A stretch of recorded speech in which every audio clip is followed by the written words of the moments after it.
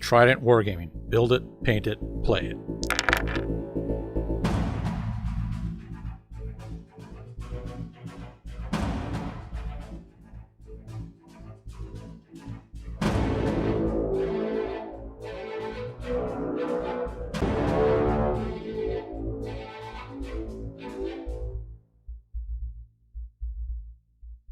Hi everyone, and welcome back to another episode of Trident Wargaming. This is episode number 69 in season 420, and today we are discussing, well, angle shooting, and whether or not it's cheating and playing by intent, and what happens when you kind of don't.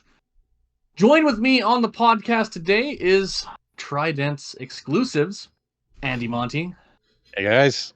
Andy, what's a nickname you would go by? Andy Warlord Monty? Mad Dog Monty. Mad Dog Monty.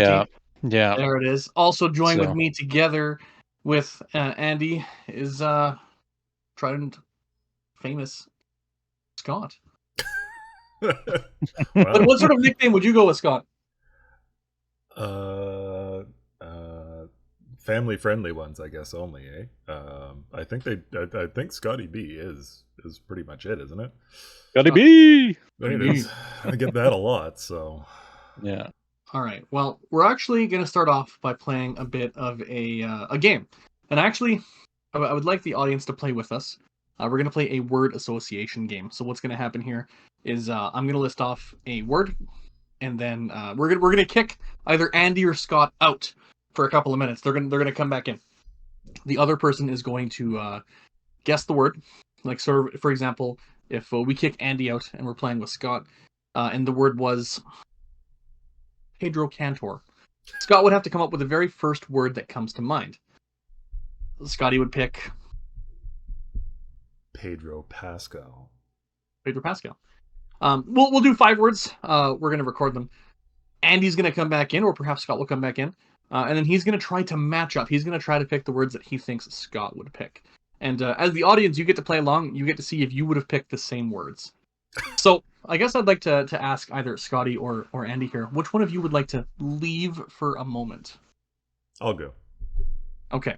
How do I signal you to come back? Do I text you? Do I call you? Well, I can stay here and just Mute yourself. take out my Deafen audio. yourself? Yeah. Okay. And then you And guys I'll can wave you. make a hand signal. I can't read lips terribly well, so. All right. Okay, very good. So Cool. You can feel free to separate yourself from the podcast. All right, Andy. So what is the first word that comes to mind when I say the word Nurgle? Plague. Good one. Eldar. Arthur. All right, very good. Tau. Uwu. Space Marine. Gulliman. Big Daddy G. Hmm? And Magnus. He did everything. Did everything wrong. Just All right. everything wrong. All right. What sort of hand sign do we need to give Scotty to come back? Do we give him family friendly, no fingers? We'll just give him a gentle wave. That's not the hand sign I wanted to give him, but here we are. All right, Scotty, did you catch any of that? No, I think I heard laughing, though. Okay. Well, nothing's very funny. This is a very serious game. We have stakes on the line.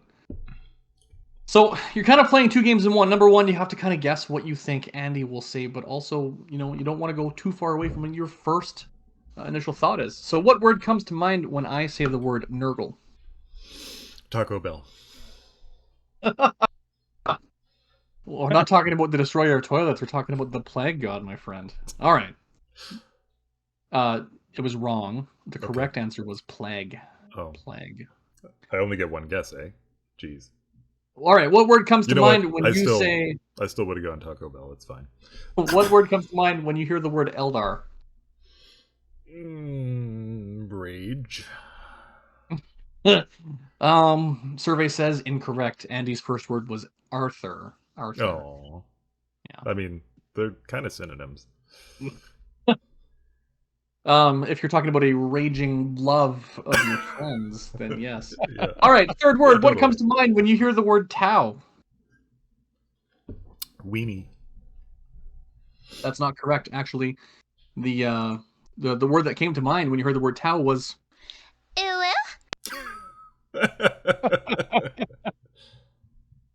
That was at least that was Andy's word. I don't know if Andy knew.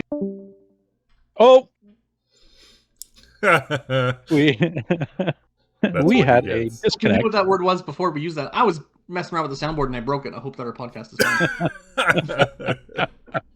fine. Oh, that's a good one. All right. That was some Hey, Eldar trickery right there. yeah, that's it. Yeah. The what word comes to mind when you hear the word Space Marine? Space Marine. The Space Marine. first word that Andy would have thought of when you gave him Space Marine. Jeez. That's right. We're over 3 right now. No pressure. Yeah.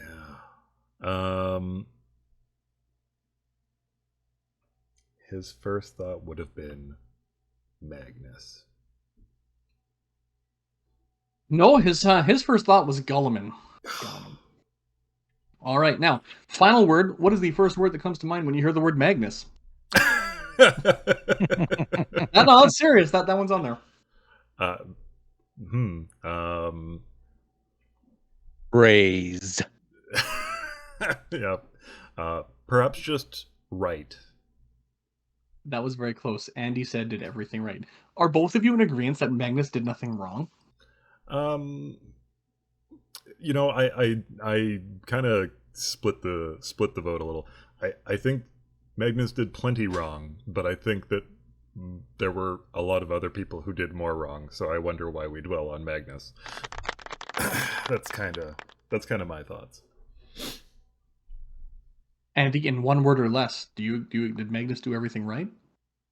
Good job. That's what happened.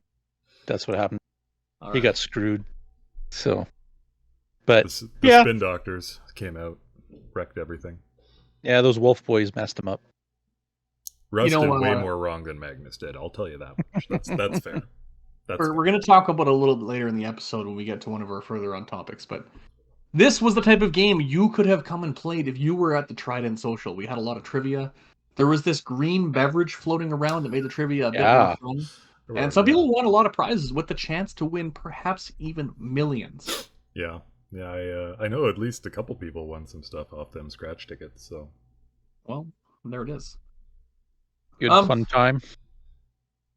You know, as we get into it, I think this is the part of the podcast where we typically talk about the types of hobby that we're working on. But I say down with tradition and down with the way we're going to do it. We're going to flip that to the end. And I'd actually like to get straight into one of the topics. So as I mentioned in the introduction, we have 2 major topics today, and the first one is something called angle shooting. Now, before we can really get into that, I think we got to give a definition for what angle shooting is. So, angle shooting is something that usually applies to card games. It is applied to poker. It's also been applied to Magic the Gathering. I think when people hear about angle shooting in Warhammer, they're like, well, someone with their laser trying to get an angle on it, and well, that is also angle shooting. That's not the angle shooting we're talking about today. So when it's applied to poker or Magic or other card games, the Google definition is usually referring to using underhanded or unethical tactics in an attempt to gain an edge against an opponent. This can refer to acting out of turn, in the realm of poker, hiding chips, or pretending to put chips in the pot to try to bluff an opponent. In regards to Magic the Gathering, there's an extremely famous Magic the Gathering player named, everyone calls him LSV, and I think it's Louis Scott Vargas.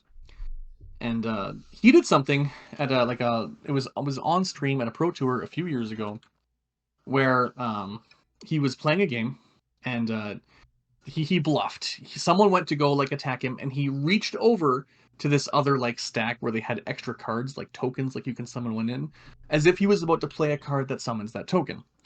And his opponent, seeing him reach over, changed their mind on what they were going to do. Louis Scott Vargas was successfully able to convince his opponent he was going to do something. His opponent then changed what he was going to do, did something else, and then LSV played a board wipe where he killed everything on the board, only because he was able to influence his opponent. So this was a case when he was able to bluff his opponent into making a mistake or doing something that he wanted him to do, although it was a bad decision to do it. Now, how it applies to Warhammer 40k or Age of Sigmar or Bolt Action or any tabletop game is, for example, if in Age of Sigmar I am playing the Soulblight Gravelords and I've got a big stack of skeletons on an objective, and I deep strike them back there in the back, my opponent might be like, well, how deadly are those? Can you, will they die? And the truth is, they're not very deadly and they will die. But I know deep down, there is no fucking unit that can possibly wipe that 20-man stack in a turn. It's not going to happen. But I could undersell their resilience to an opponent, making it seem like an opponent could come in and possibly do something. Right? Trying to influence your opponent to make a bad decision. Another example is I have an avatar on the table. And I could, people would be like, well, how easy is he to kill? And I could say, well, he's only T12. He only has a 4-up invul. He doesn't kill that many units, right? These types of things. Try to undersell how deadly he actually is, hoping that my opponent will make a mistake. So my first question is, have you ever seen someone do angle shooting in a game of Warhammer 40k, 30k, or bolt action? Tell me about a time when. I'm going to start with Scott, and then we'll go to Andy after. Yeah, I actually, over the years, I've had lots and lots of close friends who play Eldar, actually.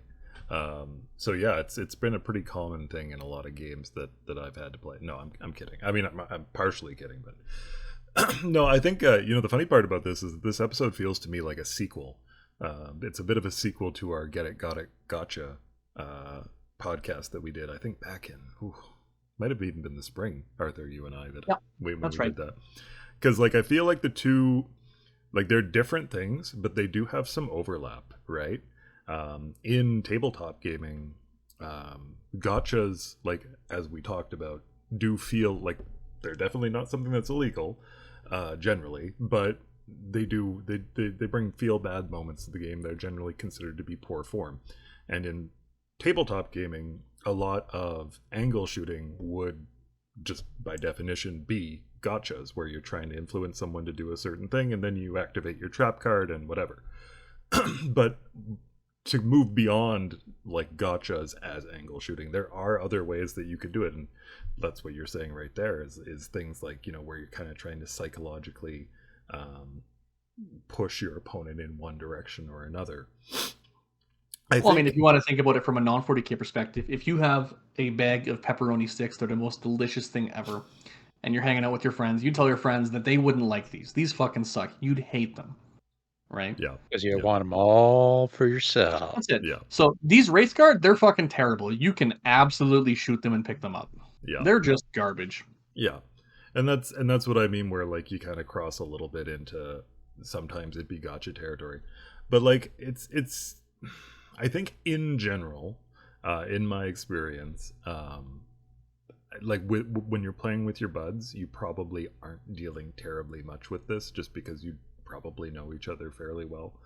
You don't angle shoot. You for example, if you're playing a game against Ryan, who likes to point out the discrepancies of things, you never be like, well, if you do that, I'll deep strike in the back. You never try to manipulate his decision making. Yeah, and I've actually found, at least for myself, that I actually have taken up a policy in the last year or two, where I've actively tried to say less about my opponent's game and etc., especially during the game, obviously, because I'm worried about accidentally angle shooting them, because that's the kind of thing, you have things come up, let's say in more event-based games or with strangers or whatever, where you just do naturally talk about oh yeah, geez, I don't know what I'm gonna do here or whatever, and my instinct actually is to offer insight, and my instinct is usually to actually offer my best insight, because I prefer for my games to go like that, where we're both gonna play to a decent level and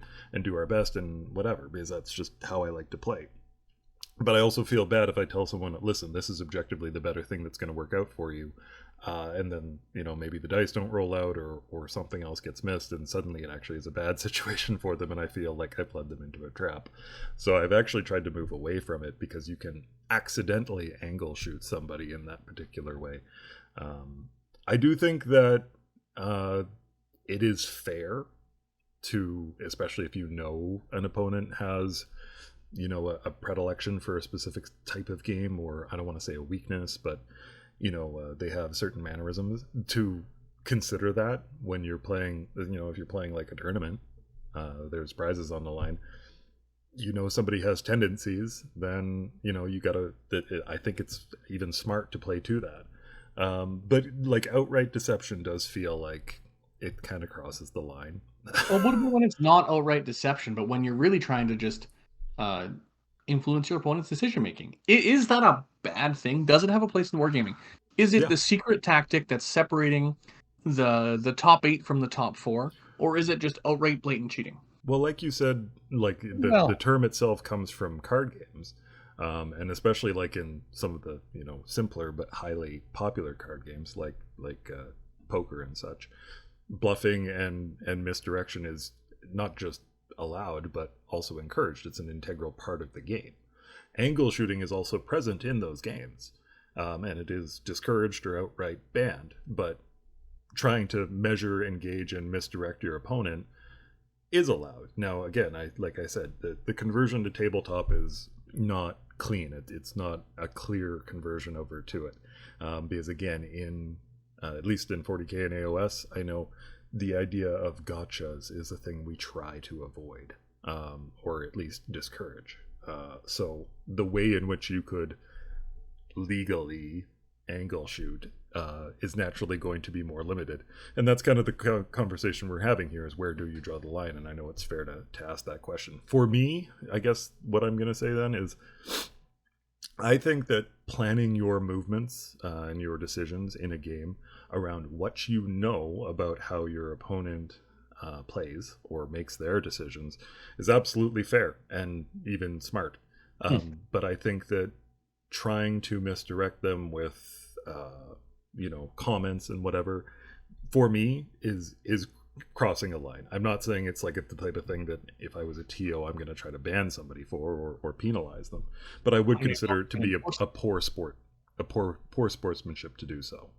All right, let's flip it over to you, Andy. What do you think? So the original question was, based on my definition of angle shooting, Yeah. have you ever seen it in a tabletop game? Have you ever seen someone try to influence, or have you ever done it? We're not getting into whether it's right or wrong yet, but just like I have seen and or heard about it, and the one problem that I've seen with it is it tends to happen a lot with new players. Okay. Right? So usually you have a vet player who is, going through a game with a new player, and again, like Scott said, that gotcha moment, or, explaining to the other player that, if you're doing this, you can move here, you can do that, giving them that advice, but not letting them know, if you do that, I can do this, right? To a new player, in the past, I've seen it where a guy was misdirected, and being a new player, moved his unit from the advice of the guy who was teaching him in range of heavy flamers, and just completely got roasted, right? So yeah, like I've seen it. Have I seen it in bolt action? No, I haven't seen it in bolt action. The guys are pretty good for it, for that kind of stuff. Nobody's really in that mode of trying to, play the trick card on somebody, kind of thing, right? Or that kind of bluff in that game contract with the other player, essentially, right? I don't know. As for like other games that I've played, I haven't really seen it come up, intentionally. I've seen it come up just randomly, oh, this or oh, that, be it if the other player is being truly honest or not, or they just don't know their rules that well, and then it just kind of happens. But as for intentionally doing it, like myself, I may have done it in Heresy to a player that I knew was at that same caliber of gaming. Right. And I knew that they had something up their sleeve as well. Right. So you're kind of playing that same field. Right. And so if you're playing someone of an equal playing value or higher, or if you are two players who know what they're doing, is something like bluffing or angle shooting an acceptable strategy? Or is it in that realm of cheating that you do not want to see in the game? We'll go Andy and then Scotty with that question. I don't think it's really cheating. Like, it's not per se cheating. I think it's more of, it just can cause a bad game, right? a bad experience for players is what I think it comes down to. I've seen some guys and heard of some guys just recently, in tournaments and events, and they'll complain about this because of, they didn't know that unit can do that. Now, saying that falls on both players, right? If you're going to an event, you should have some fair knowledge of other armies and whatnot. So, just like the one of the big events that we did, I was filling in and I was going up against an Ultramarine player, and this would have been my fourth game. I never really looked at Guilliman and what he can do and this and that, right? So that was on me. Yeah, the guy pulled some shenanigans on me, and I'm like, oh, okay, well, that's fair game. I mean, it's part of the game, right? So, yeah, you're gonna get it. I don't think it's really cheating, but it's not a good experience for a lot of players. So, in Scotty, an event, do you share these sentiments? Like, does bluffing and angle shooting have a place at the at any level, or is it just a different version of cheating? No, it's not. Like I said, I don't think it's cheating. I do think it's poor sportsmanship, though. Sorry, go ahead. Well, I find that really interesting that it's considered poor sportsmanship, and how you're I'm gonna go and angle shoot people, but that's the social contract of tabletop wargaming is so fundamentally different than other competitive games, because one of the things that's not different is we have two people playing a game where both people want to win. Mm-hmm. I think one of the things that is different, though, is we're with them for at least 3 hours, unless it's a complete blowout, then it's not, and all that. And I wonder if the time limit causes people to want to be nicer or create a more sportsmanlike environment, because in a Magic tournament that's only 50 minutes, and you're not even always going to get all 50 minutes because it's best of 3. Yeah. It's not like that, and they're going to take any advantage they can. Yeah, I think that's part of it. I actually think the other part of it that we've bumped up to more and more in the last 5 to 8 years or so, especially compared to some card games, is just the complexity of the rule set, and just the comparatively, not always, but comparative lack of standards, I guess, that you might see.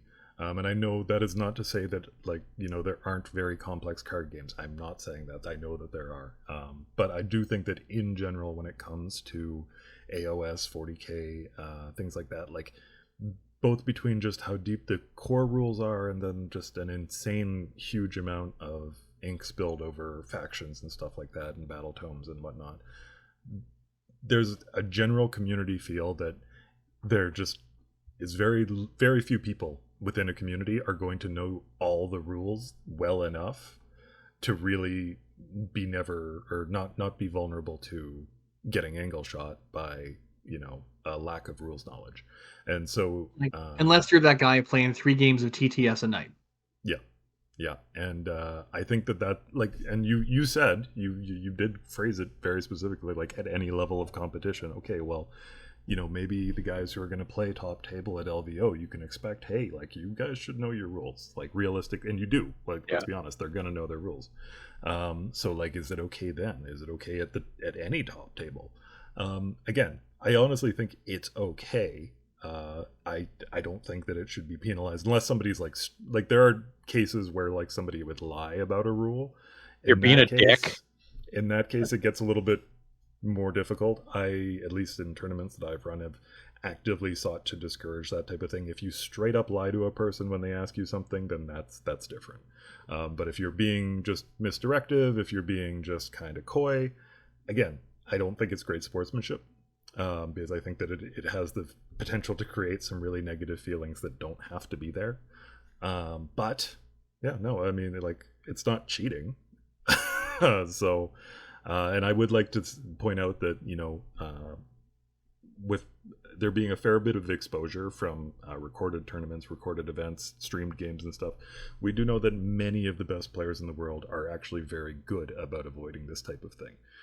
Now, that's just anecdotal, of course, but a lot of the best players in the world are actively going out of their way to actually tell their opponent about things, to prevent them from getting misdirected. Not just gotchas, but hey, this is how this goes kind of thing, right? So I think that the perhaps sportsmanship this is a angle is game very system important.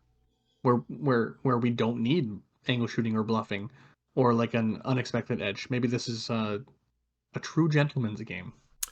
Well, it'll probably never be that, but I do think that the depth of the rules make it so that there is an onus on the players to be gentlemanly towards their opponent. In a way, I've heard it said this way before by somebody you used to play with, but in a way, you are the chaperone of your opponent's experience. And that does not mean that you guys are not in competition with each other. It's not a collaborative game in the sense of winning and losing, but it is a collaborative game, and as you mentioned, you're going to be together for a couple hours.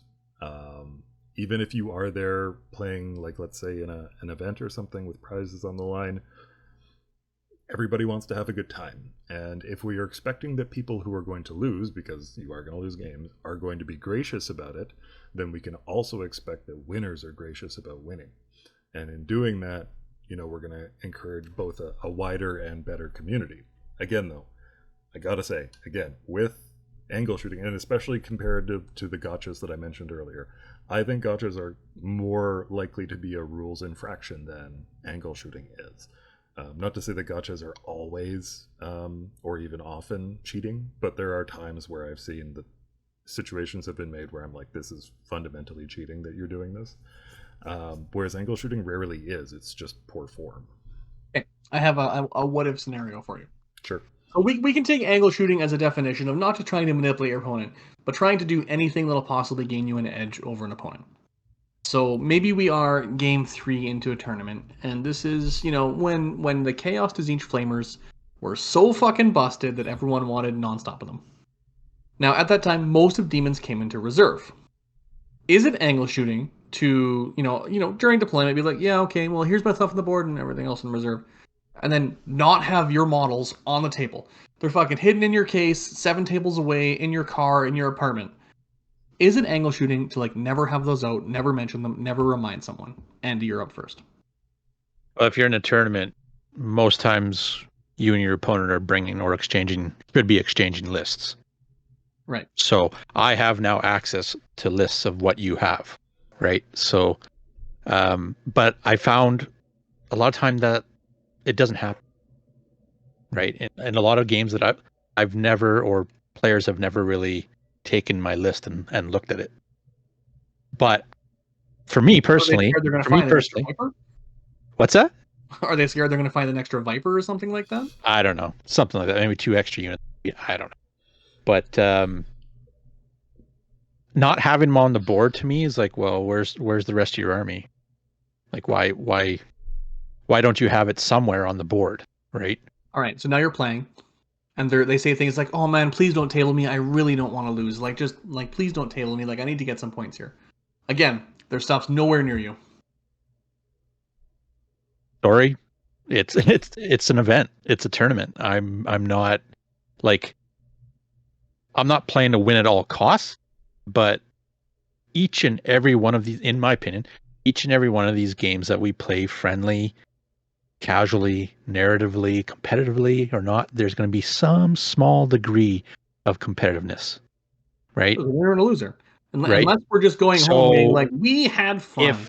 If I'm in a tournament and I know the game system that I'm playing is designed to be, a little bit comp, or that's kind of the tournament, I'm going to play my best, right? I'm going to play my best the most honorable way that I can play it, pretty much, with the same social contract that I would expect from my opponent that I'm giving to them. So if I'm being upfront and honest with everything that I'm bringing to the table, or I have on the table, or in reserve, I would expect the same thing from my opponent. Now, if they're trying to mislead me with, oh, don't table me, and they have half their army in reserve, if I don't catch that right away, that's on me. But, come on, don't play that. Don't play that way. It's to me, if you're doing that, it's kind of like you're lying to me, right? But if the guy's got his units all out there and he says, oh, please don't table me, I need some points, I go, well, dude, that's on you. You got to make those decisions on how you play your army, right? I mean, right.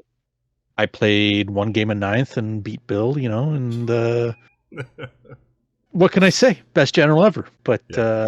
10th, I haven't won a game yet. And so he wasn't misleading Bill at all. So no. So same circumstance, Scott. Is that angle shooting? Is that unsportsmanlike? Is that an edge at all? I mean, it's going to be an edge versus a lot of people, especially like you take not so much your average event goer, but just your average wargamer who probably doesn't get that many games in. Visually concealing something from them that is relevant, Not illegal, not against the rules. Yeah, oh, absolutely not. That's what I mean. But yeah, like realistically, I mean, again, I know what I literally am measuring this by like the habits that I have intentionally picked up, and one of those is that if I have stuff in reserve, I actively sit it directly beside the table. And as you guys know, I actually mostly do that so that I don't forget it.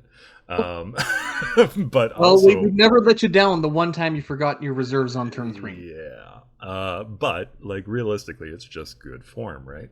So yeah, like the situation you're describing, to be fair, like yeah, especially depending on, you know, the venue, maybe there's actually not really anywhere great to put your models and stuff like that. You know, I get that some guys, you know, they have a hard time packing up and unpacking at the start of every game. It's mental or physical energy for them, whatever. There's lots of circumstances to keep in mind. But like, yeah, the way you have described the situation, yeah, of course that would be ankle shooting, at least in my mind.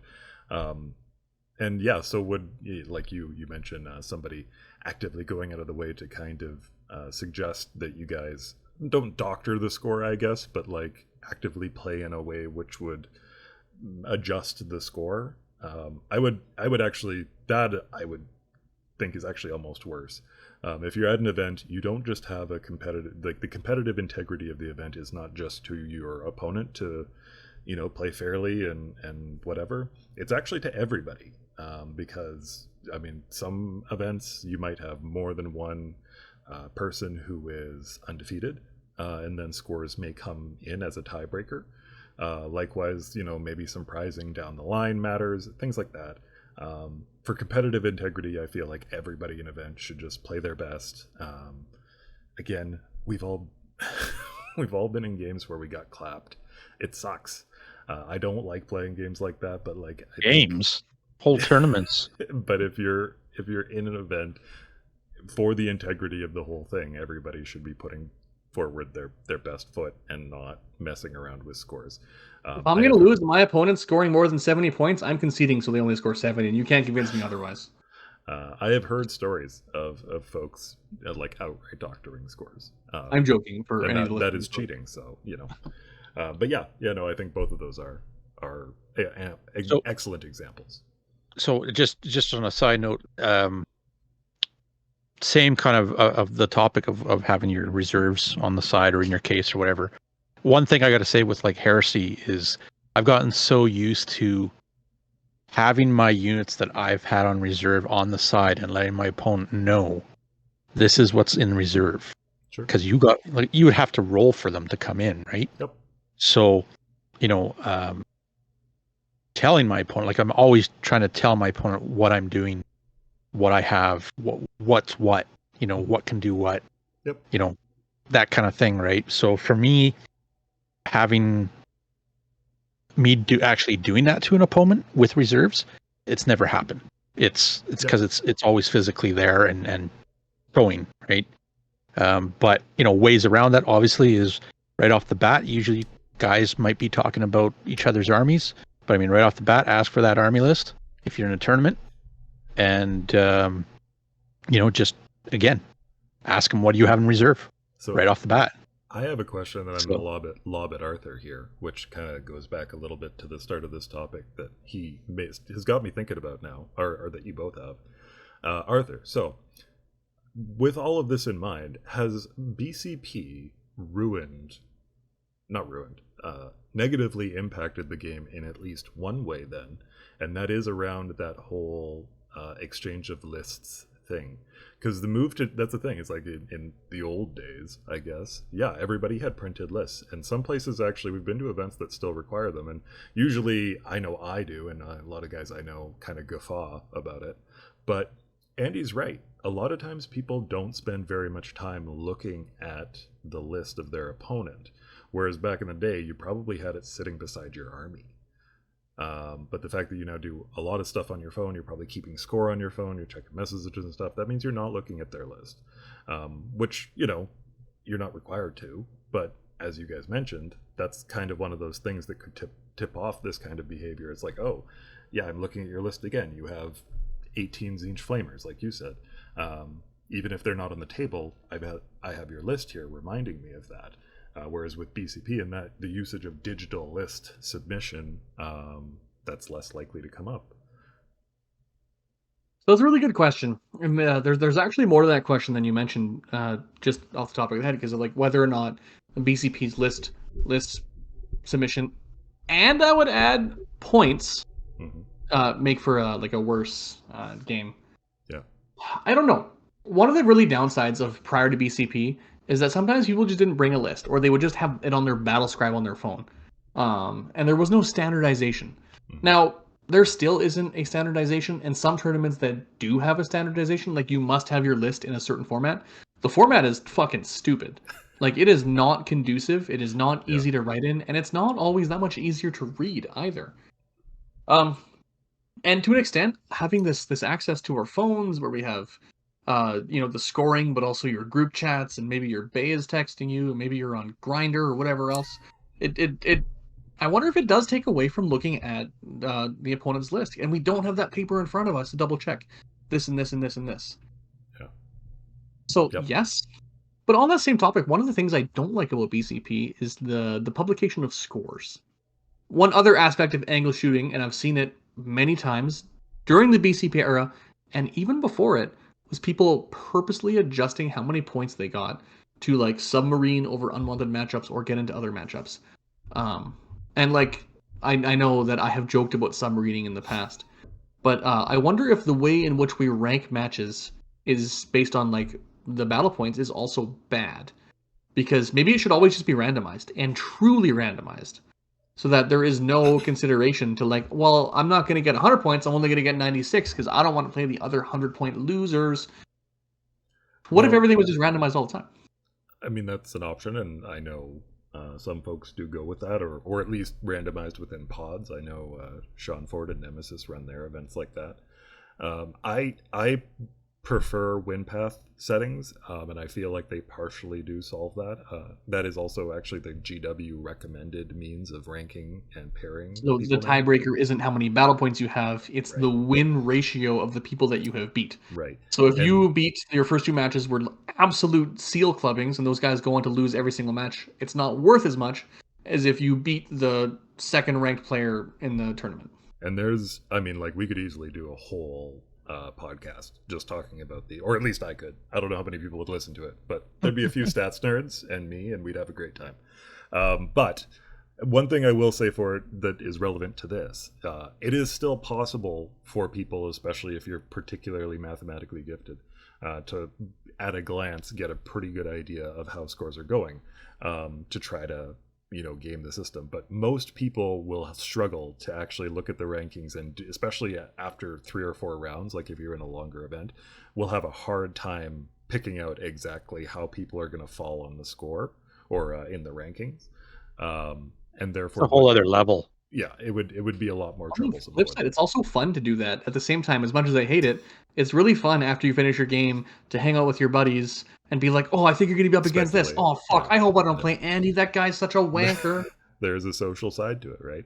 The other thing I have noticed, and again, this is not confirmed, I don't actually know, but a lot of people have been telling me with BCP that they cannot see rankings anymore during events, which I believe is actually a feature and not a bug of BCP, that they literally won't update rankings except like if they're specifically told to by the TO or when the tournament ends.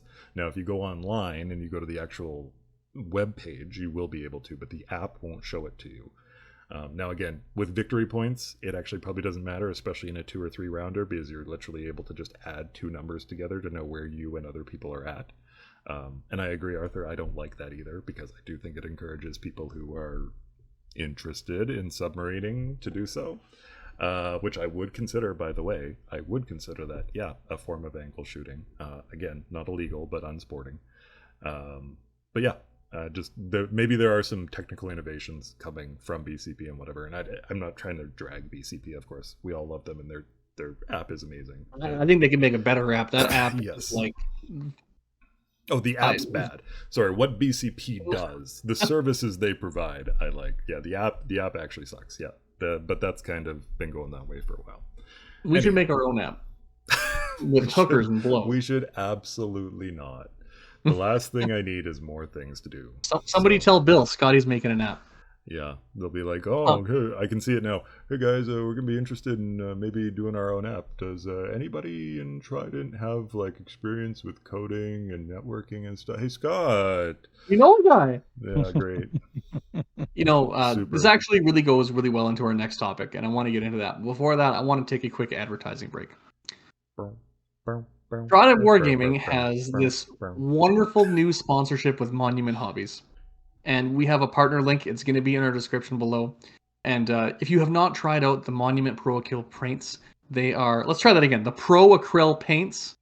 They are some of the best paints on the market for a matte finish. They don't have the problems of scale where you have to sit there and shake the shit out of the bottle. The Monuments, they have a little metal ball right in there. Or maybe it's acrylic. I'm not sure what it is. They're absolutely fantastic paints. You should go and you should try it. And when you try it, you should purchase it through our affiliate link because we get a tiny bit of a kickback. That kind of helps us do more things, provide more events, get more stuff out to you, that kind of stuff. We'll be able to afford somebody to write our own tournament app. It'll be great.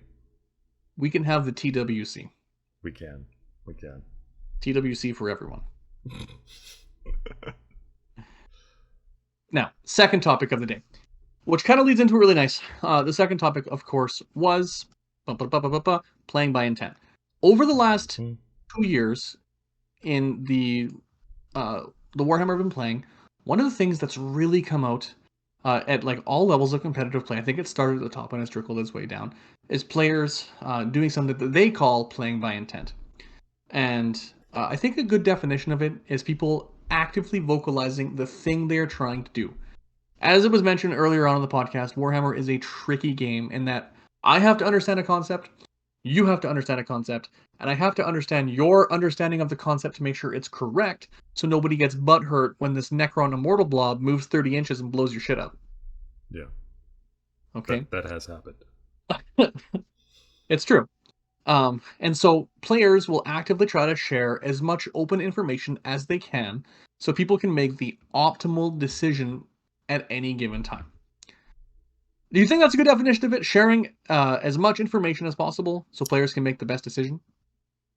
I like that definition. I don't think that is the definition that is oftentimes used because I think that is overly specific, which I think it should be.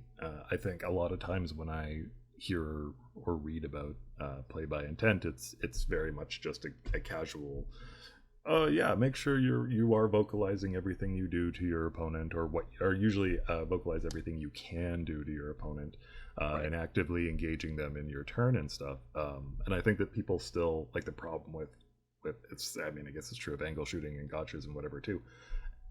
Different people have different opinions of what counts. But yeah, it more and more people are getting on the train, I think, with playing by intent, which is great. And the more people who do, the more it becomes like a self-fulfilling cultural phenomenon, right? Where, well, what's playing by intent? Well, everybody just knows what playing by intent is, you know? So as we have seen, more people are now playing by it, or they're stating by it, and they'll say, my intent is to move these guys to block out this movement. Mm-hmm. All right, so for example, screening is a very popular thing that was made common in 8th edition. People have, I think now you can just say they're going to screen, and everyone will know what that means. You're going to position your units in a way as which that someone cannot deep strike in a certain area or move in a certain area. That's screening. So a lot of times people will be like, okay, my intent is to place this unit of rangers here to screen out the back line so you cannot deep strike. Now say that happens, and Andy will throw this to you first, and Scott will throw this to you second, so you know what's coming. I place a unit of rangers in my back line, and I say, my intent is that you cannot deep strike back here. And I just haphazardly place them there. I don't measure it out, because we're playing by intent. The turn becomes yours. Things happen. Things are shot. We have a great time. Dice were rolled, drinks were poured, etc. You go with your tape measure in your deep strike phase, and you find the perfect spot to throw your Calidus Assassin. You place him down there. I get upset because I said I was playing by intent. And you said, no, you made a mistake. Who's it wrong here? Should I, if I'm playing by intent, be able to be like, you can't place him there, and you should not be able to place him there? Or is this a case where playing by intent doesn't excuse mistakes? Sure, I intended to do that, but I failed in execution. Andy, what's your thoughts? Well, if you're playing with intent, do it right. Straight up, right? Like, yeah, you know, if you lazily put your unit there and you said, my intent is to do this, and in my turn, my intent was to do other things got shot up, blah, blah, blah, blah. I deep strike a unit down using a stratagem or whatever the case is. You know, I was able to do that as per the game, plain and simple, right? So if now you're going to come back, say, well, my intent was this, and trying to, I guess, game that part of it, and I was able to get through and deep strike down, well, sorry, bud, that's on you. It's not my fault. So I think that this is kind of where the dialogue part of play by intent comes up. I think, and I like that you brought this up, because a lot of people, this is what they struggle with. They're increasingly, people are good at saying what they're intending to do. I'm doing this because I intend to accomplish this goal. A fundamental part of play by intent that is expected is dialogue. So when you put those rangers there, the system that is kind of envisioned by the people who want us to play by intent is not, you do that and I accept it or deny it explicitly. It's, I then say, okay, let's take a look. And we are collaboratively looking together to see what it is that you are actually doing. Okay, and then, because this does kind of play a little bit into gotchas and stuff, maybe I have a stratagem, which would then allow me to get past those rangers when you don't think I can. It behooves me to reveal that information at that point in time. When you say, I'm looking to screen you out here so that you cannot move through here, and in my head, that light bulb turns on that says, haha, yeah, I can move through there. If I don't share that information, we are not playing by intent. And that's why I said, so when somebody does that, then their opponent needs to step in and be like, okay, let's measure this out, let's look up this rule, let's whatever, and that way we can know whether or not you can actually accomplish that goal or not. Because I understand what Andy's saying here, because sometimes people are saying, I intend to do this, and it's like, well, you can't. Like, you can't block that off, like, for whatever reason. And a lot of times when I engage in dialogue with people about play by intent, that's what happens, is we look and somebody's like, oh, well, I'm intending to do this, and through measurements or reading or whatever, we're like, oh, no, like, you're not going to be able to. Doesn't matter if that's your intent. And that prevents that kind of negative reaction like you're talking about of happening the next turn, when turns out their intent wasn't fulfillable, and they're mad because they think that you are gaming them, but you actually were just playing by the rules. Yeah. But that was avoidable if you guys just talked it over at that point in time. It depends on the situation, Sure. I guess, right? Like you're talking, you're talking about a stratagem that allowed you to kind of bypass that, where, I'm kind of talking about things happen in game where you lost a few models and now, that bubble has shrunk. You know what I mean? Well, let's take it back to the original question here for a second. Someone has 5 rangers in the back line, and they position them in a way where they say, my intent is for you not to be able to deep strike back here. Now, say nothing other in this situation changes, except that they lazily put them down because they're worried about the clock. The turn flips, and you find this 2-inch bubble where you can place your Calidus Assassin. Now, had they positioned their units correctly, you would not be able to, which was their full intention, but they failed to execute. Are you slamming that assassin down and saying, too bad, so sad, you suck, get wrecked, nerd? Or are you going to be like, oh, no, you intended, I understood, it shouldn't fit? Again, like, for me, and here's the thing, I've been in this situation with tight clocks. Was it me? Like, no. No, it wasn't. But, like, I've been in this situation, and, like, honestly, the reality is we just don't get to that place. First off, if you're playing by intent, the thing is you don't just extrapolate everything. The idea with intent is to allow for minor misplacements of models or whatever, so that it turns out that if you're that quarter inch in or out that you didn't intend to be, that's understandable. It's not that I'm just going to pretend like my models are here. You actually have to make the bare minimum effort to actually do something, and that's how people tend to play. And yes, I get it. The game gets clocked, but that's the reality of the clock, is that you do have to move your models, you do have to maintain coherency, you have to roll all your dice, etc., etc., etc. So what's going to happen in that case is, like, as soon as my opponent puts down their models, I'm going to say, okay, make sure that I actually am. And again, like, if it turns out that I can just fit the base in there where they had intended to block me out, like, that's something I'd give. If it turns out that there's a 6-inch square area at the back of their deployment zone that I could easily put a model in because they didn't even bother to place their models in any reasonable fashion, that's kind of a different story. But on the flip side, and this is what happens, I think, realistically in a lot of games that are tight on time, during that last turn of the game, you probably are extrapolating a lot of things. And then you've made a social contract to do that, though. A lot of times this happens when guys, quote unquote, talk things out. You probably just do the important things in your turn and ignore the non-important things. So in that case, it might be like, okay, we got to burn through this last turn 5 in 8 minutes, and we're each going to get 4 minutes of it or whatever. Right, because not only do you need to know who wins, we're just going to do the things that matter for scoring. But again, that's a social contract you make with a player in a situation. It's not the expected, it's not the baseline game experience. In that, like, when you're actually playing a game, no, like, play by intent is not just I don't move my models and we pretend they're over there.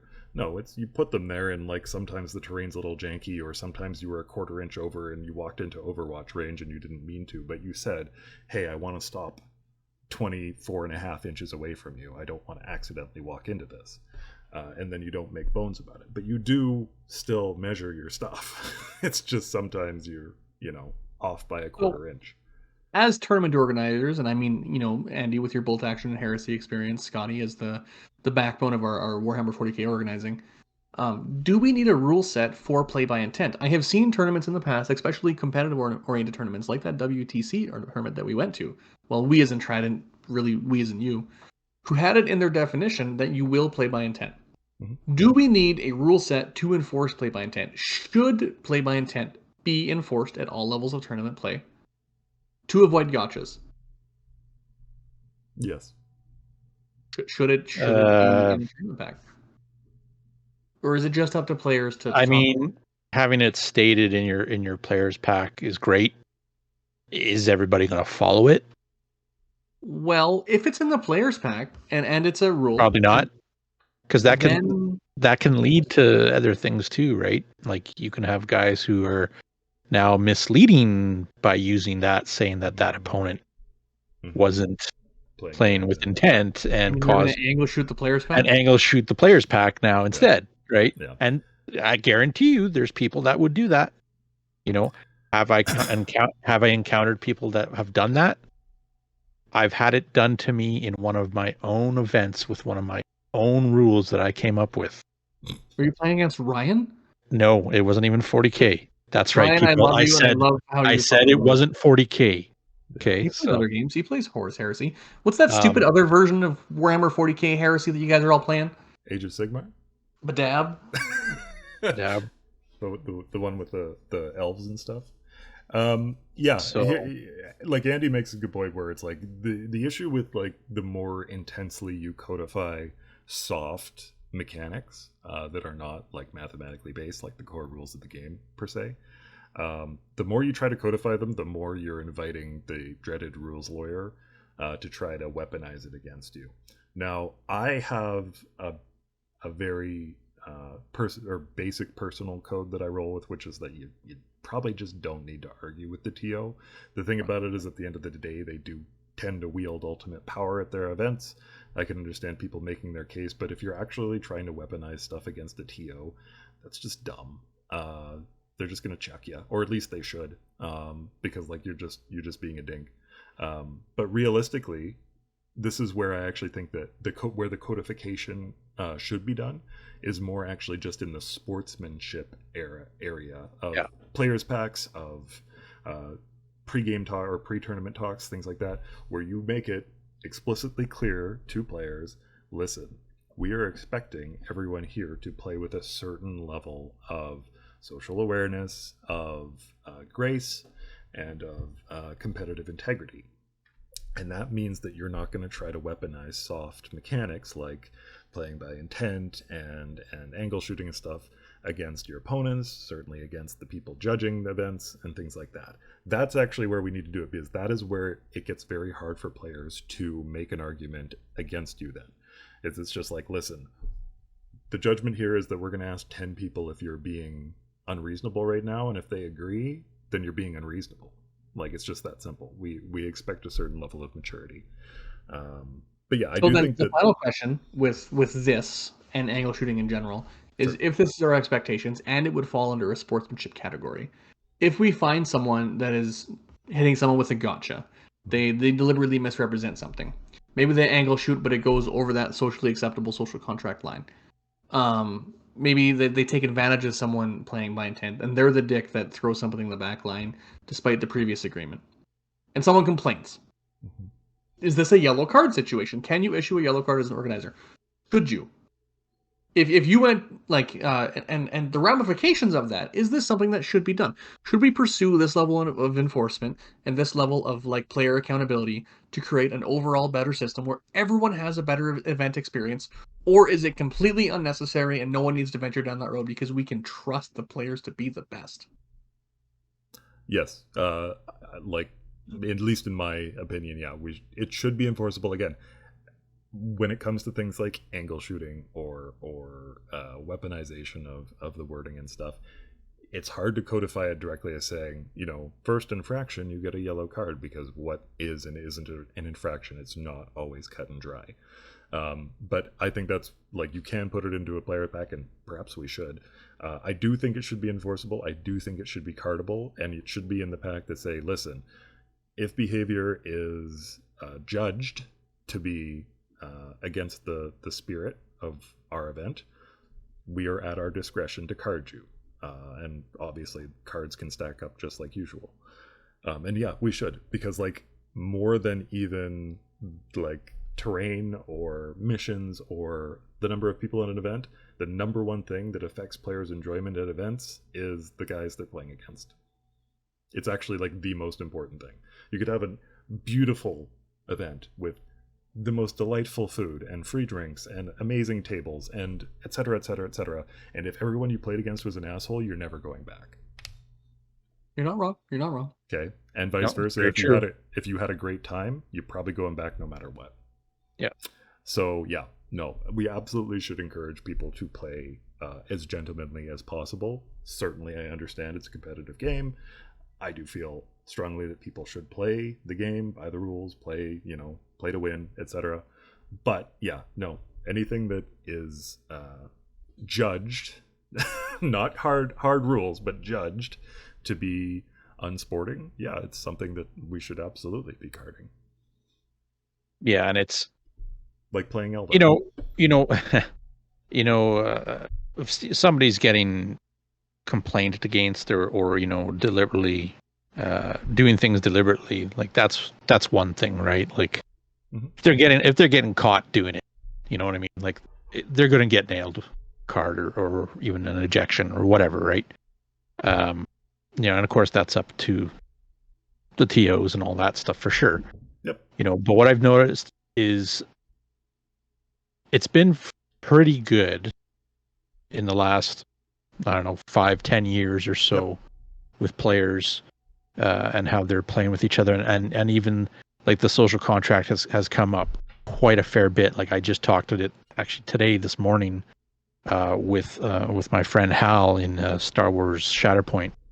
And there's things that they let go, things that happen between players, and essentially it's well, okay, you're being an ass, this isn't enjoyable, whereas these guys are playing, they're having a great time, they let things go, they are telling each other what they're doing, what their intent is, what these characters can do, right? Yep. And you're starting to see more and more of that, which I think is great. I started learning that actually a fair bit when I was the first time I went to LVO for Heresy. There was chat of a White Scar player that's exactly what he would do, right? He would let the opponent know exactly what he's doing and all that kind of stuff, right? Don't you play White Scars? I do now, yeah. Are you the gentleman? All right, The mystery gentleman. He is very gentlemanly. So, and it also comes down to because like I've done a lot of demos in the past too. So like, I want to have players that I'm playing against to have the best time, of their life in a game, right? Be it an event, be it a tournament, casual play, learning to play, especially learning to play. You don't want to like, ooh, I just, whipped the guy who first time he's rolling dice. Awesome, but just in general, I think it's gotten a lot better over the years.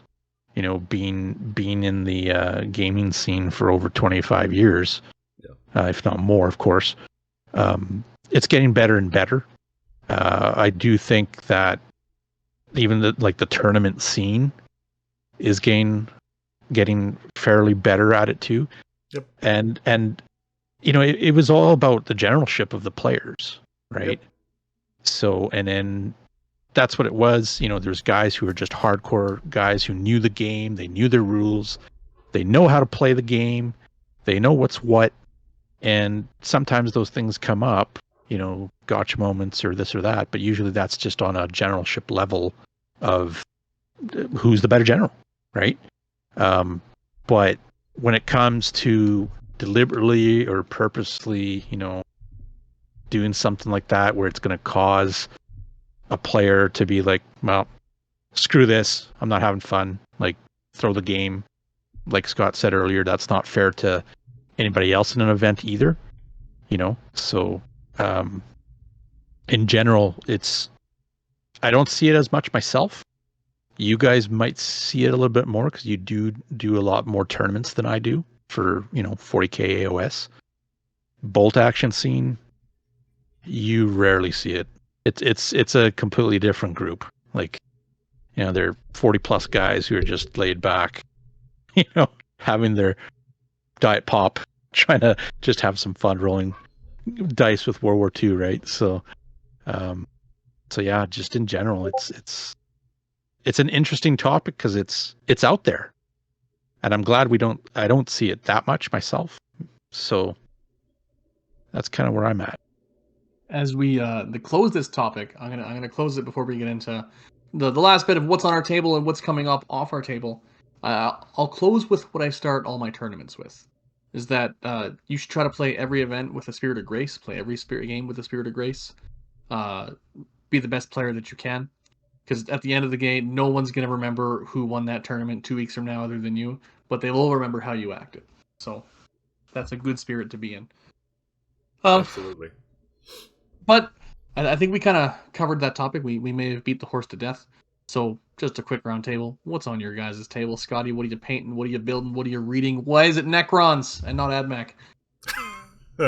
Actually, we'll probably kind of early to mid-January have some codex reviews, which I'm sure will answer some of those questions. So we'll get there.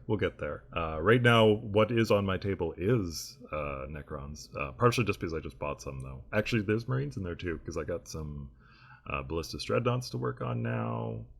Got some heavy destroyers on the go. Technically, still have this captain that I've been working on for a calendar year. He's coming along still. He's getting pretty close, though. So I'll have one model that looks like Arthur painted it in a couple of hours. So that's pretty good for me. But yeah, that's kind of what's been going on there now. Nothing's finished, but there's lots of things that are close. So one more week of school and I'm going to be a very happy boy. Andy. Well, now that I'm off of work officially, lots of time for building. So doing some printing for AOS terrain that, Mr. Arthur. Oh, I got a preview, live preview. Trident exclusive. Yeah, no, it's just some nice ruins that can be cobbled together for whatever you need. But besides that, I've got some AoS Glockkin that I'm working on. Some 40k Marines as well. Just got a whole bunch of Marines to work on. A couple of dreadnoughts and whatnot. Bolt action, of course. There's always bolt action. So that, and then a whole bunch of digital work for upcoming beta wars and whatnot. Making some character little cards that Scott has humbly put together for adjusting all the characters to fit the current edition. Yep. So I'm doing some digital work for that. So anybody who's jumped in on that, get your special characters painted, and we'll put them on a card. So other than that, just kind of a little hobby everywhere. So What about you, Arthur? There is still 5 cavalry on my desk over here that have been on my desk for about the last 5 weeks. I haven't really picked up the paintbrush. I think I'm cursed. Like almost like a tragic artist who is very good at something, but just has no fucking interest in doing it. That's kind of what's going on right now. This is not new to me. My hobby comes and goes, and when it comes, I'll paint up 3 whole armies, and when it goes, I won't touch it for 4 months. Mm-hmm. So we're in that period of going right now. I'm not sure what's going to bring it back. But with the hobby ADHD, if there isn't an inherent desire to do something, it's not going to happen. No matter how much I want a painted Age of Sigmar army, I've got such a good scheme and so many good things I want to do to tech lists. Some unholy things I want to do with that army, but I just can't bring myself to sit down with a brush. So it's not happening. I have been using my hobby time to play a little bit of video games. Video. And there are some exciting games coming out on market, right? Gamescom here was just not Gamescom, but the Game Awards just happened. There were some very exciting trailers. There were some exciting reviews that came out. Mm-hmm. So mostly I've been doing that. I have, however, still been planning upcoming events, and so has the Trident team. Our next upcoming event is none other than the LVO Can't Go, and we are hosting that on January 12th and 13th. Yeah, that weekend there. I believe it's the 12th and 13th. No, 13th, 14th. If I'm not mistaken, 13th, that is 14th. a 2-day event, and we are following the LVO rules as close as possible. Yep. And it is to mimic the experience of going. Yep. So there's even an event or an award, because it's just Vegas, baby. Trying to reward some of the unlucky things that can happen to you. Yep. Yeah, we're going to have all their missions, all their, terrain styles. We're going to have some dancing girls, slot machine. It's going to be everything. Absolutely. You might have to fight someone off for the VLT, but you can definitely get in on it. That's not our only event coming up. Shortly after the LVO Can't Go, come the end of February, we have the very first Trident Wargaming Age of Sigmar tournament. We call this one the Hammerhal Brawl. It is a standard 1-day RTT, 3 games. It's going to use whatever the current rule set is. So I heard a rumor we're not getting a new General's Handbook. We're going to stick with the Andorran Realms. If that's the case, we'll use it. If one does pop up between now and then, we're using the new one. Baby, give me that sauce. And I hope we do. Following that, I think sometime in March, we have our other Trident event, which may or may not be posted, but you should learn about it now. And we're calling this the Adepticant. So for anyone who can't make it out to Adepticon, which is usually the hobby-focused tournament that often has disappointing terrain, we are going to have a tournament-focused tournament with the best terrain you can find this side of the border. This side of a Chicago deep dish. That's what you got there. It'll be a great event to come to. And maybe you've heard it, maybe you haven't, but Trident has some very exciting news coming on the forefront, is that we're taking part in hosting the Play on Tabletop event at Gamescom. In fact, we are hosting it. Yeah. And it's in partnership with Red Claw. We hope to announce another tournament following that come August. Yes. We've got some big plans for the latter half of next year. So we'll probably, I'm just ballparking here, I'm going to guess that the announcements for that kind of thing will be kind of on the earlier side next year. But our next couple months, after a relatively quiet December, we'll be right back at it. We've got 40K League coming. We've got the Bad Ab League coming. We've got at least one event every month. Age of Sigmar League still going strong. Yep, Age of Sigmar is still rolling. And of course, like you said, we're going to be getting a few more events for Age of Sigmar coming up. So really, despite November and December being, not even slow, but slower months for us, we're really diving in with the new year. So your guys will be able to jump on and get some more Trident Wargaming circuit points as we work our way through the first year of that. And you guys can really start to get amped up with the AOS stuff we're rolling out. You guys are going to love some of our new terrain, I know. So just keep an eye on the pages, and we'll have even more exciting stuff for you as we go into summer and fall next year. And there'll be a couple of bolt action events that happen throughout the year. No dates set up as yet. There's a good possibility that there will be a tank war league happening at some point. Just to spice it up. I know all you World War II junkies love your tanks, so Treadheads. Yeah, take a look at that.